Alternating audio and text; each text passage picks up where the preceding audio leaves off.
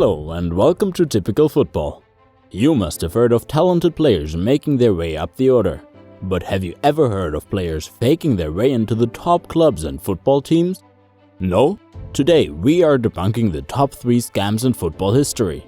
Before moving further, please remember this list is not absolute. This is what we think are the biggest scams of football history. Your list might be different. So, after watching the video, do let us know what do you think about our compilation and what are the top 3 biggest scams in football in your opinion. Number 3. Alessandro Zarelli for Lisburn Distillery. You may think that after being exposed, there's no chance any person, let alone a footballer, can continue to enjoy success.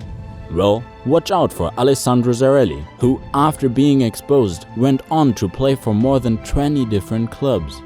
Alessandro was an Italian player who used to pitch himself as a Rangers and Sheffield Wednesday Academy graduate, both of which are English clubs.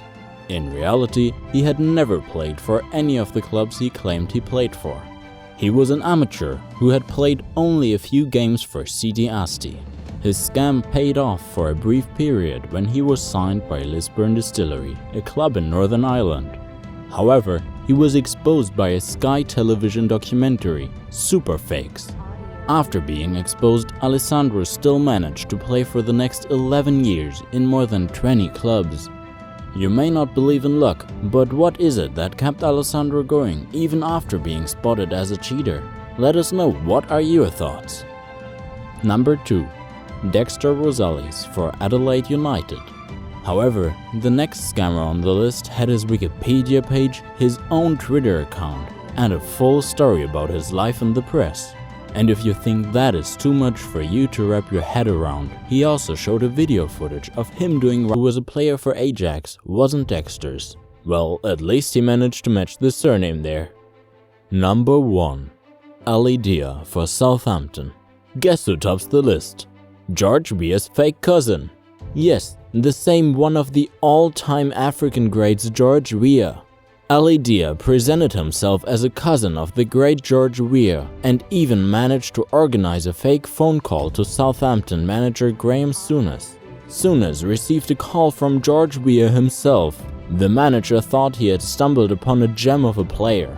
The truth came out when Dia made his run on the pitch. He was all over the place and had no idea what was going on. So after that first and last appearance, Dia vanished from the scene and the rumors began to spread that he was a scam.